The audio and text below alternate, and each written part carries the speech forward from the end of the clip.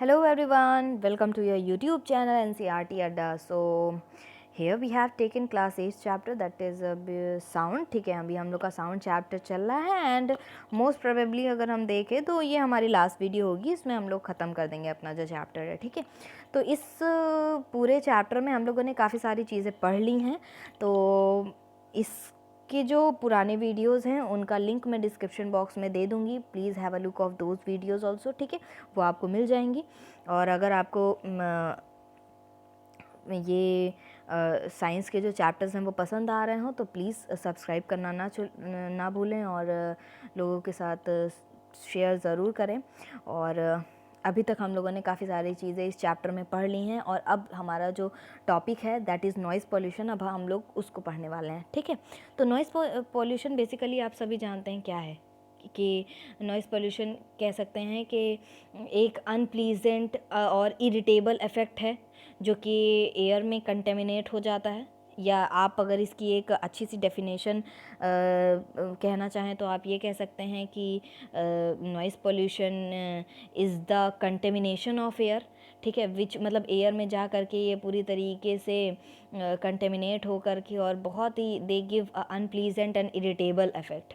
ठीक है, तो वही चीज़ है कि इनसे हमें हार्मफुल इफ़ेक्ट्स भी देखने को मिलते हैं हमारे ह्यूमन हेल्थ पे. ठीक है, तो परसिस्टेंस ऑफ अनवांटेड सा साउंड. देखिए क्या लिखा है, unwanted sound and a loud noise in the environment. हमारे एनवायरनमेंट में अगर बहुत तेज़ साउंड है या अनवांटेड साउंड है which sometimes has harmful effect on human health and well being, तो उसको हम लोग कहते हैं नॉइज़ पोल्यूशन, जिसका हमारे ह्यूमन हेल्थ पर इफेक्ट पड़ रहा है. तो दैट इज़ कॉल्ड एज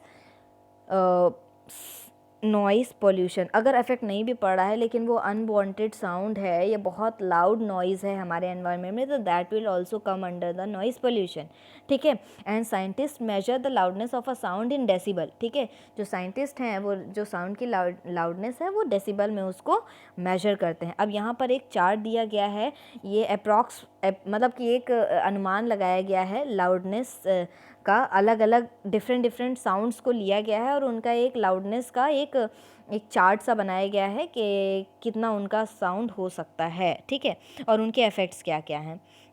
जैसे जेट एरोप्लेन का बताया गया है 130 डेसिबल या उससे अबव भी हो सकता है, तो इनका बहुत पेनफुल इफेक्ट हम पर पड़ सकता है. ठीक है, लाइटनिंग मतलब थंडरिंग, जो बिजली कड़क रही होती है. ठीक है, तो उसमें 120 डेसिबल से 130 डेसिबल तक आप उसमें आप देख सकते हैं. ठीक है, लाउडनेस ऑफ साउंड है उसकी, जो कि बहुत ही अनकंफर्टेबल है. और देखिए आप अगर बिजली वगैरह बहुत ज़्यादा कड़कती है तो लोग डर जाते हैं. ठीक है, दिस इज़ जस्ट बिकॉज कि ये बहुत ही अनकंफर्टेबल और लाउड साउंड रहती है जिससे हम डर जाते हैं. ठीक है, फिर मोटरसाइकिल या बहुत ही हैवी व्हीकल जो होते हैं उनकी 90 डेसिबल टू 105 डेसिबल रहती है, जो कि बहुत ही नॉइज़ी रहती है और बहुत ही तेज़ रहती है और ये भी बहुत अच्छी नहीं लगती है और अनकंफर्टेबल सी हमें फील होती है. मिक्सर ग्राइंडर या बहुत ज़्यादा बिजी क्रॉसिंग है. ठीक है, बहुत ज़्यादा मतलब बहुत ही ट्रैफिक, बहुत ही ज़्यादा क्रॉसिंग हो गई है तो वहाँ पर 70 टू 80 डेसिबल रहती है. वो भी बहुत तेज़ रहती है बट हम टॉलरेट कर सकते हैं, टॉलरेबल रहती है. ठीक है, लाइट व्हीकल्स में 60 टू 70 रहती है, जो कि वेरी लाउड साउंड इसमें होगी. ठीक है, लेकिन ये भी टॉलरेबल है. ठीक है, कन्वर्सेशन जो कि हम बातचीत करते हैं आपस में, तो बातचीत की जो आपका लाउडनेस मेजर की गई है that is 50 decibel to 60 decibel, मतलब कि मॉडरेट लाउड साउंड है. फिर रेडियो और टीवी का अगर हम लो वॉल्यूम पे सुन रहे हैं तब तो 30 डेसिबल टू 40 डेसिबल है. अगर उसके बाद आपकी मर्ज़ी, आप कितना तेज़ वॉल्यूम करके आप सुनते हैं. ठीक है, तो लो वॉल्यूम पे 30 टू 40 डेसिबल है, जो कि क्वाइट ऑडिबल है और हमारे कानों को प्लेजेंट लगेंगे और कंफर्टेबल साउंड है. विस्परिंग बताया था, जो खुशफुसाहट होती है, जो आप अपने दोस्त से कभी खुशफुसा करके बोलेंगे या अपने क्लासमेट से कभी बोल रहे हैं तो वहाँ पर ऑडिबल रहेगी. बस ये है कि आपके टीचर तक वो आवाज़ नहीं पहुँचेगी और आपके फ्रेंड तक पहुँच जाएगी, तो इस तरीके की आवाज़ें रहेंगी. तो वो बहुत ही कम रहती है, जो कि ऑडिबल रहती है और कंफर्टेबल भी रहेगी. ठीक है, आपके दोस्त को सुनाई दे जाएगी बट आपके टीचर को नहीं सुनाई देगी. तो इस तरीके से है. ठीक है, and this activity is for you, ये आप करेंगे. ठीक है, इसके अलावा है कि सोर्सेस क्या क्या हैं साउंड के नॉइज़ के. ठीक है। नॉइज़ के सोर्सेस क्या क्या हो सकते हैं, तो जैसा कि अभी हम सब जान रहे हैं कि लोग क्या है कि हर जगह पर देखिए पॉपुलेशन बढ़ रही है, जिसकी वजह से फॉरेस्ट्स वगैरह कट रहे हैं, और हर चीज़ में धीरे धीरे मतलब लैंड बहुत ज़्यादा बढ़ रही है, और लोग व्हीकल्स भी ले रहे हैं, ठीक है। इंडस्ट्रीज़ ग्रो कर रही हैं, फैक्ट्रीज़ ग्रो कर रही हैं, और इसके अलावा बहुत सारी चीज़ों में हमारा डेवलपमेंट देखने को मिल रहा है, ठीक है। तो इसी तरीके से day by day noise level बढ़ता चला जा रहा है, ठीक है। It has become one of the foremost priority to the curb this menace, and in big cities noise pollution is equally harmful to air and water pollution। noise pollution उतना ही harmful हो गया है जितना air और water pollution हो गया है। तो बड़ी बड़ी cities में आप देखेंगे कि वहाँ पे बहुत ज़्यादा ट्रैफिक लग जाता है, तो जिस तरीके से एयर अफेक्ट कर रहा है और वाटर अफेक्ट कर रहे हैं हमारे बॉडी को, ठीक है, ह्यूमन हेल्थ को, ह्यूमन को जिस तरीके से वो इफ़ेक्ट कर रहे हैं, उसी तरीके से जो नॉइज़ पोल्यूशन है वो भी इक्वली अफेक्ट करने लगा है अब, ठीक है। तो इस सोर्सेज इसके क्या हो सकते हैं, जैसे इंडस्ट्रियल सेक्टर्स का मतलब है जो मशीन्स, जहाँ पर मशीनरी वर्क हो रहा है, तो फैक्ट्रीज़ में अगर मशीनरी वर्क हो रहा है तो ऑब्वियसली बात है कि नॉइज़ पोल्यूशन वहाँ होगा, ठीक है। कॉमर्शियल सेक्टर है, बड़ी बड़ी मशीनरी होती हैं, पुरानी मशीनरी होती हैं जो कि बहुत ज़्यादा नॉइज़ कर रही होती हैं, ठीक है। तो इससे नॉइज़ पोल्यूशन बढ़ सकता है। नॉइज़ फ्रॉम व्हीकल्स, ठीक है, व्हीकल से एयर पॉल्यूशन तो हो ही रहा है, ठीक है, एयर पॉल्यूशन हो रहा है, फिर वो वाटर को भी अफेक्ट कर रहे हैं। क्यों? क्योंकि फिर उनसे जो हार्मफुल गैसेस निकल रही हैं वो जा करके रेन में मिल रही हैं, ठीक है, जिसकी वजह से वो एसिड रेन, जो हम कह रहे थे ना, एसिड रेन कॉज कर रहा है, ठीक है। तो वाटर को भी वो अफेक्ट कर रही हैं, और साथ साथ के जो व्हीकल्स हैं वो किसको, वो नॉइज़ पोल्यूशन को भी बढ़ावा दे रहे हैं, ठीक है। बहुत ज़्यादा नॉइज़ पोल्यूशन उनसे देखने को मिल रहा है, ठीक है। तो इससे तो बेहतर है कि we have to be eco friendly, ठीक है। हर जगह देखा जा रहा है कि एवरीबडी इज़ प्रमोटिंग कि we have to be eco friendly, ठीक है, इको फ्रेंडली रहना है, ठीक है। और बहुत नॉइज़ भी ना हो, एयर भी ना हो, एयर पॉल्यूशन भी ना हो, वाटर पॉल्यूशन भी ना हो, इस तरीके के व्हीकल्स हमें देने हैं, जैसे इलेक्ट्रिकल या बैटरी वाले जितने भी व्हीकल्स चल रहे हैं। तो so that will be good कि उससे बहुत ज़्यादा हार्मफुल इफेक्ट देखने को नहीं मिलेगा, ठीक है। तो moreover when old vehicles are not maintained properly, जैसे आप लोगों ने देखा होगा कि अगर बहुत पुराने ओल्ड व्हीकल्स हैं, ठीक है, अब धीरे धीरे जो गवर्नमेंट है, देखिए BS6 पहले BS4 BS3 हुआ करता था, फिर धीरे धीरे 5 6 इस तरीके से आ रहा है, बढ़ता ही जा रहा है। तो वो क्या है, ट्रांसफॉर्मेशन हो रहा है, जिससे कि हमारे एनवायरनमेंट पे उस गैसेस का, उस हार्मफुल गैसेस का कम असर पड़े, ठीक है, कम इफेक्ट पड़े, ठीक है। अगर बहुत ज़्यादा पुरानी होती हैं व्हीकल्स, तो उनको वो क्या करती हैं, वो नॉइज़ भी प्रोड्यूस कर रही होती हैं, उसके साथ साथ वो क्या कर रही हैं, एयर पोल्यूशन भी कर रही हैं, ठीक है। इसीलिए जो चीज़ें हैं ट्रांसपोर्ट में, व्हीकल्स जो हैं वो धीरे धीरे अब एडवांस हो रही हैं, ताकि हमें बहुत ज़्यादा इस तरीके के जो पॉल्यूशन है वो देखने को ना मिले, ठीक है। तो ट्रक है, बसेस है, रेल है, कार हैं, स्कूटर्स हैं, एरोप्लेन्स हैं, they all cause sound pollution. Aeroplane flyings at lower altitude cause noise pollution, वो भी नॉइज़ पोल्यूशन कॉज करते हैं। नॉइज़ इन आवर सराउंडिंग, जैसे कि अगर लाउड स्पीकर की आवाज़ है, ठीक है, अगर बहुत ज़्यादा लाउड स्पीकर है, ठीक है, लाउड स्पीकर मतलब बहुत तेज़, कोई किसी के यहाँ कुछ बज रहा है, मान लीजिए अगर आप किसी मैरिज लॉन के आसपास रहते हैं तो आप रात भर नहीं सो पाते होंगे, ठीक है, क्योंकि वहाँ पे बहुत तेज़ लाउड साउंड बज रहा है। अगर धीमे बज रहा है तब तो ठीक है, ठीक है, वो तो ऑडिबल है और आप आराम से सुन सकते हैं, कोई दिक्कत नहीं है, कंफर्टेबल भी होगा। लेकिन अगर जैसे मान लीजिए पॉलिटिकल पार्टीज़ जो होती हैं, फिर इसके अलावा मान लीजिए कभी कभार कुछ रिलीजियस फंक्शंस भी होते हैं, ठीक है, तो फिर उसमें क्या है कि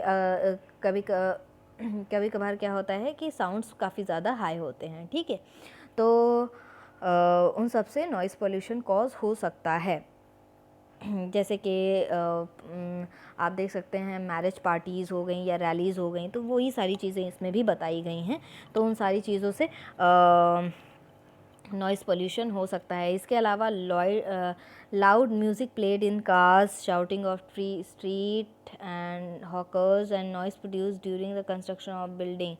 जो कार में अगर बहुत तेज़ म्यूज़िक बज रही है, या इसके अलावा लोग बहुत तेज़ चिल्लाते हुए स्ट्रीट पर जा रहे हैं, और अगर कहीं आसपास घर बन रहे हों, तो आप देखते होंगे अगर आसपास घर बन रहे होंगे तो बहुत सारे मशीनरीज़ का यूज़ किया जाता है, तो उनसे भी जो आप कह सकते हैं कि नॉइज़ है, वो नॉइज़ पोल्यूशन होता है और that will cause the noise pollution. ठीक है, तो ये सारी चीज़ें हैं। इसके अलावा फायर क्रैकर्स जो आप दिवाली में यूज़ कर रहे होते हैं, ठीक है, दिवाली में भी explode with a sharp and loud sounds. ठीक है, तो fire crackers they also cause noise pollution.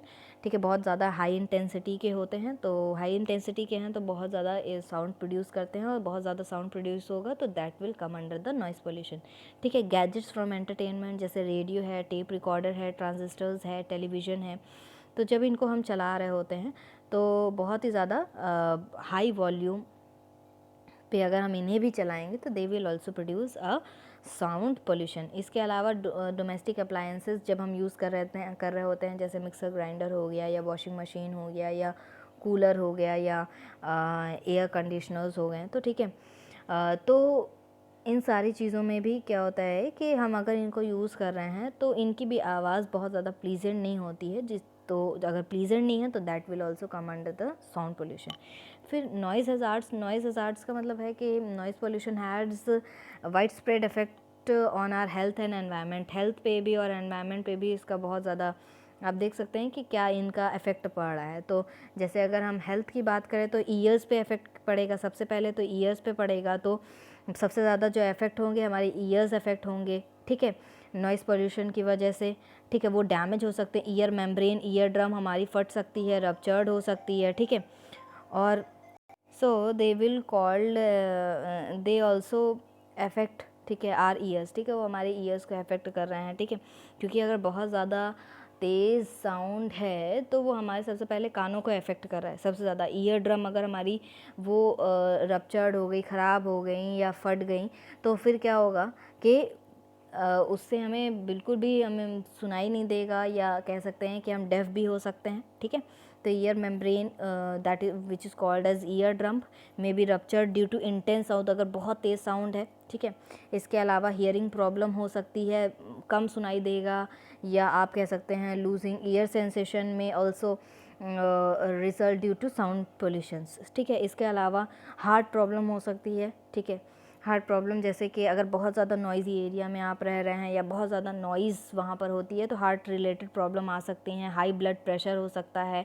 High palpitations वगैरह, या हार्ट अटैक के चांसेस लोगों को बहुत ज़्यादा बढ़ जाते हैं। इसके अलावा डाइजेस्टिव सिस्टम में भी प्रॉब्लम हो सकती है।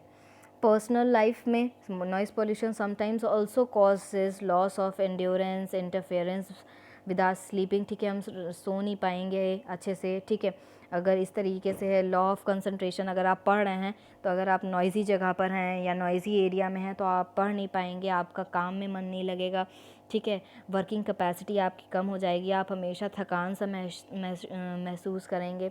ठीक है, तो इस तरीके से पर्सनल लाइफ भी आपकी डिस्टर्ब होगी। इसके अलावा नॉइज़ पोल्यूशन की वजह से जो बर्ड्स हैं, कैटल्स हैं, they leave their about due to noise pollution. इनकी वजह से इनको भी, ना ही केवल हमें, बट बर्ड्स हैं, कैटल्स हैं, इनको भी बहुत सारी चीज़ें देखने को, बहुत सारे सर्कमस्टेंसेस इनको फेस करने पड़ सकते हैं। ठीक है, तो इनको कैसे मिनिमाइज़ कर सकते हैं। ठीक है, नॉइज़ पोल्यूशन को कैसे हम मिनिमाइज़ कर सकते हैं, तो there are certain steps which can help to reduce the noise pollution. जैसे कि जो मशीन्स हैं विच प्रोड्यूस मिनिमम नॉइज़, उनको हमको यूज़ करना चाहिए, या मशीन्स हैं उनको रेगुलर बेसिस पे चेक करवाते रहना चाहिए। जो ख़राब पार्ट हैं मशीन्स के उनको हमें रिपेयर करवा देना चाहिए या चेंज करवा देना चाहिए, ताकि उनमें से अजीब सी आवाज़ ना निकले। ठीक है, जैसे कि आप देखते होंगे आपके घरों में कभी कभार आपके जो गेट है या आपके जो डोर्स हैं, ठीक है, लकड़ी के भी हो सकते हैं और आयरन के भी हो सकते हैं, तो आप देखते होंगे कभी कभार उनमें से आवाज़ आने लगती है, या आपके घर पे चैनल हो तो उसमें आप देख सकते हैं कि उसमें से आवाज़ आने लगती है अजीब सी, तो आप उसको ग्रीसिंग करते हैं बार बार। ठीक है, और उसको आप कारपेंटर से सेट करवाते हैं, दिखवाते हैं, ताकि उसमें से आवाज़ नहीं आए।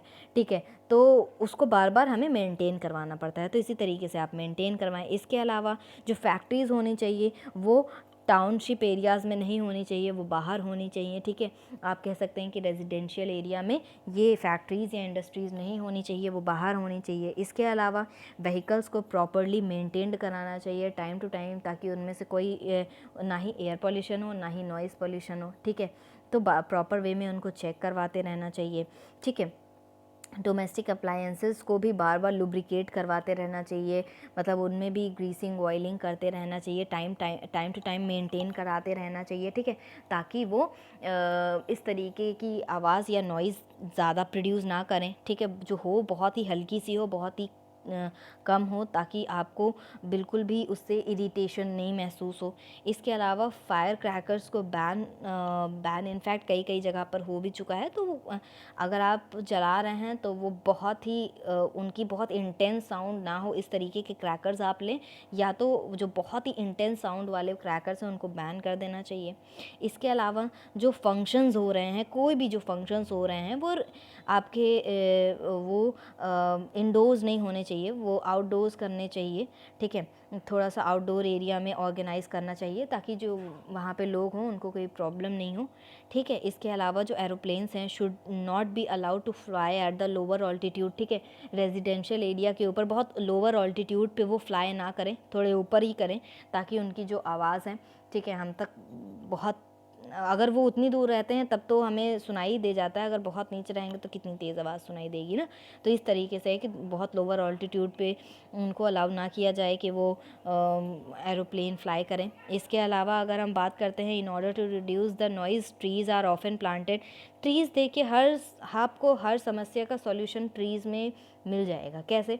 ठीक है, अगर आपको एयर पॉल्यूशन से बचना है तो फिर आपको पेड़ लगाने चाहिए, ठीक है, आपको पेड़ लगाने चाहिए। इसके अलावा आपको वो इस तरीके से क्या होगा कि सॉइल इरोजन वगैरह से भी आप ये हमें प्रोटेक्ट करते हैं ना, ठीक है। इसके बाद आपको वाटर का ग्राउंड लेवल पे वाटर भी ठीक ठाक मिल जाएगा, ठीक है, अगर आप प्लांट्स को प्लांट करना है। इसके अलावा नॉइज़ भी ये बहुत हद तक आप कह सकते हैं कि एब्जॉर्ब कर ले जाते हैं, क्योंकि मान लीजिए बहुत सारे प्लांट्स लगे हैं उसके बाद आपका घर है, तो अगर आपके अगल बगल बहुत तेज़ इंटेंस साउंड में कोई भी चीज़ चल भी रही है या बहुत तेज़ लाउड साउंड जा रहा है तो वो एब्जॉर्ब कर लेते हैं, और तब आप तक जो आवाज़ आएगी तो वो बहुत ही कम रहेगी। तो इसीलिए कहा जाता है कि we should plant trees because they absorb the intense sound waves and deflect the same in the atmosphere, ठीक है, डिफ्लेक्ट कर देते हैं the same in the atmosphere.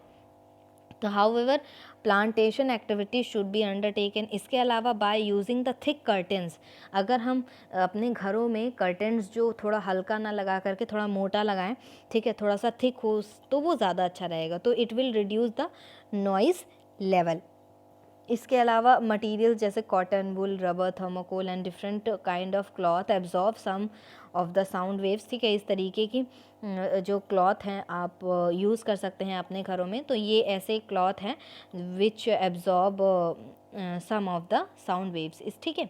इसके अलावा कुछ म्यूज़िकल इंस्ट्रूमेंट्स हैं जो कि आप लोगों ने देखा भी होगा एंड जो कि अलग अलग तरीके के साउंड प्रोड्यूस कर रहे होते हैं। जैसे अगर हम स्ट्रिंग इंस्ट्रूमेंट्स की बात करें, स्ट्रिंग इंस्ट्रूमेंट्स आप नाम से ही समझ रहे होंगे, मतलब स्ट्रिंग लगी है, जैसे आप ये वीणा इसका एग्जाम्पल देख सकते हैं, ठीक है। मेटल की वायर होती है जो कि हम स्ट्रेच करते हैं और इसके नीचे वुडन साउंड बॉक्स होता है, तो जब when these strings are made to vibrate they produce sound, जब हम इनको ऐसे करके आप इनको वाइब्रेट करेंगे तो फिर इसके बाद जब इनमें वाइब्रेशन होगा, आप इनको ऐसे करके स्ट्रेच करते हैं और जब इनमें से वाइब्रेशन होगा तो आपको साउंड सुनाई देगी। And strings are vibrated by plucking them, ठीक है, प्लकिंग करना पड़ता है, फिर वो स्ट्रिंग्स जो होती हैं दे प्रोड्यूस वाइब्रेशन एंड उसके बाद ये साउंड प्रोड्यूस करती हैं। जैसे इन केस ऑफ सितार, ठीक है, हमको प्लकिंग करना पड़ता है, स्ट्राइकिंग करना पड़ता है गिटार में, ठीक है, प्लेइंग विद द बो इन द वायलिन में इस तरीके से करना पड़ता है। इसके अलावा जो फ्रीक्वेंसी होती है साउंड की, that change as the length of the tightness of the string is change. जैसे जैसे अगर कभी कभार आप देखते होंगे कि जो म्यूजिशियंस वगैरह होते हैं या जो लोग इंस्ट्रूमेंट प्ले कर रहे होते हैं, ठीक है, स्पेशली जो इंस्ट्रूमेंट प्ले कर रहे होते हैं वो क्या करते हैं कि स्ट्रिंग्स वगैरह को अच्छे से टाइटन अप कर देते हैं, ठीक है। टाइटन क्यों कर देते हैं? क्योंकि जैसे ही हम उसको टाइट करेंगे तो उसकी फ्रीक्वेंसी अलग रहेगी, अगर वो ढीली रहेगी तो उसकी फ्रीक्वेंसी थोड़ी अलग रहेगी, ठीक है। तो इस तरीके से अकॉर्डिंग टू देयर नीड वो उसको इस तरीके से शिफ्ट करते हैं। तो in all the string instruments thickness, length और जो टेंशन रहेगी इन द स्ट्रिंग वो वैरी करती है। सितार में अलग होगी, गिटार में अलग होगी, वीणा में अलग होगी, वायलिन में अलग होगी, ठीक है। और जो स्ट्रिंग प्रोड्यूस करते हैं they produce sounds of multiple frequency, multiple of frequencies में they produce sounds and they are in general called harmonics, ठीक है। फिर इसके अलावा विंड इंस्ट्रूमेंट, विंड आपको समझ में आ रहा होगा, मतलब जिनमें एयर कॉलम्स होंगे, ठीक है, आपको ब्लो करना पड़ रहा होगा, जैसे शहनाई हो गया, बुगल हो गया, फ्लूट हो गया, ठीक है। इनमें छोटे छोटे आप देख रहे होंगे एयर कॉलम होते हैं, इसमें भी आप देख रहे होंगे यहाँ से आपको एयर ब्लो करनी पड़ती है, शहनाई में भी एयर ब्लो करनी पड़ती है, ठीक है। तो in wind instrument the air column is set to vibrate by blowing air through them, ठीक है। इसके एग्जांपल ट्रम्पेट, बिगुल और फ्लूट, शहनाई हो सकते हैं। तो फ्लूइड्स वगैरह में छोटे छोटे इस तरीके के होल्स रहते हैं, थोड़े से क्लोज, थोड़े से हमको क्या करना पड़ता है, अपने इस पे हैंड्स अपने फिंगर्स रखने पड़ते हैं, क्लोज करना पड़ता है, एक बार ओपन करना पड़ता है एक आध जगह पर। तो आप देखते होंगे कि उन एयर कॉलम्स में से the length of the vibrating air column is changed by which sound of different frequencies are produce. देखते होंगे कि जब भी जो लोग इस तरीके के इंस्ट्रूमेंट को प्ले कर रहे होते हैं वो कभी इधर अपनी उंगलियों को रखते हैं, कभी इधर रखते हैं, तो इससे क्या रहता है, डिफरेंट डिफरेंट वो आपको साउंड देखने को सुनने को मिलेगी, ठीक है, और डिफरेंट डिफरेंट फ्रिक्वेंसीज में देखने को मिलेंगी, ठीक है, इस तरीके से। While in case of trumpet this is done by pressing the keys, ठीक है, प्रेस करना, ट्रम्पेट वगैरह अगर आप देखते हैं तो उसमें आपको जो उसको प्रेस करना पड़ता है कीज़ को, उसके बाद उस तरीके से आपको साउंड देखने को मिलेगी। इसके अलावा रीड इंस्ट्रूमेंट, रीड इंस्ट्रूमेंट मतलब जैसे माउथ ऑर्गन हो गया, माउथ ऑर्गन आप लोगों ने देखा होगा, अगर नहीं देखा है तो मार्केट में इजीली अवेलेबल होता है, तो बच्चे बहुत इसको पसंद करते हैं और माउथ ऑर्गन्स बजाना उनको बहुत पसंद होता है।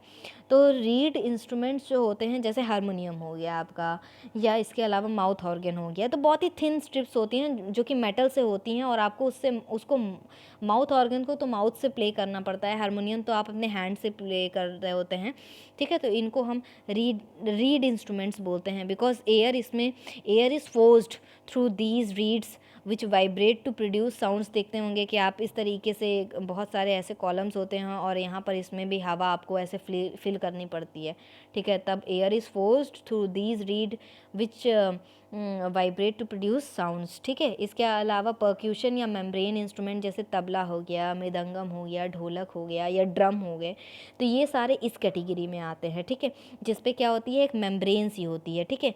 ये मेम्ब्रेन आप देख रहे हैं, ठीक है, सबकी अलग अलग अपनी अलग अलग स्किन से बने होते हैं, एंड वाइब्रेटिंग स्किन और membrane produces a musical sound. तो ये जो इंस्ट्रूमेंट होते हैं they are made like that they have a skin stretched over the hollow object, ये हॉलो अंदर से रहता है ऑब्जेक्ट और इसके ऊपर एक स्किन होती है, ठीक है।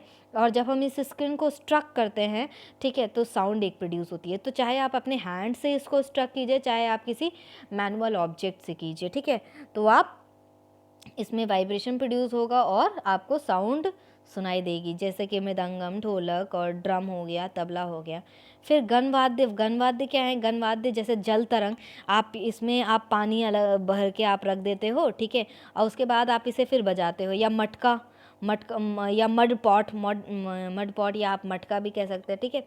तो अगर आपने पॉट लिया है और उसमें मिट्टी भरी है तो उसमें अलग साउंड आएगा, और आपने खाली मटका लिया है तो उसमें अलग साउंड आएगा, तो इसको हम लोग गनवाद्य बोलते हैं। तो there are some more instrument used in different parts of our country, तो बहुत सारे ऐसे हैं। सो you have seen that sound is produced by 4 ways, these are plucking, rubbing, blowing and beating, ठीक है। तो ये है। इसके अलावा बहुत ही अच्छी चीज़ दी गई है कि म्यूज़िकल इंस्ट्रूमेंट और देयर वाइब्रेटिंग पार्ट, तो वीणा में स्ट्रिंग्स होती हैं, सितार गिटार में स्ट्रिंग्स, मृदंगम में देखिए मेम्ब्रेन होती है, ठीक है, मेम्ब्रेन होती है and the whole body of instrument, ठीक है, उस तब वाइब्रेट करता है और साउंड प्रोड्यूस होती है। फ्लूइड में एयर कॉलम्स होते हैं, शहनाई में भी एयर कॉलम्स, जल तरंग में वाटर कॉलम्स होते हैं, करताल में वाइब्रेशन ऑफ द बॉडी, ठीक है, एंड ड्रम, तबला, स्किन उस पर डिपेंड करता है, ठीक है। So here we have completed our this chapter. Please don't forget to subscribe, like and share my videos, ठीक है। प्लीज़ अगर आपको सेशंस अच्छे लग रहे हों तो सब्सक्राइब करना ना भूलें, दोस्तों के साथ शेयर ज़रूर करें और वीडियोज़ को लाइक करें, ठीक है। तो अब मिलते हैं हम लोग नेक्स्ट चैप्टर में, ठीक है, जो कि होगा साइंस का ही, और उसको हम लोग पढ़ेंगे। ओके, तो stay tuned with us and see you in the next video and take care of yourself. Thank you.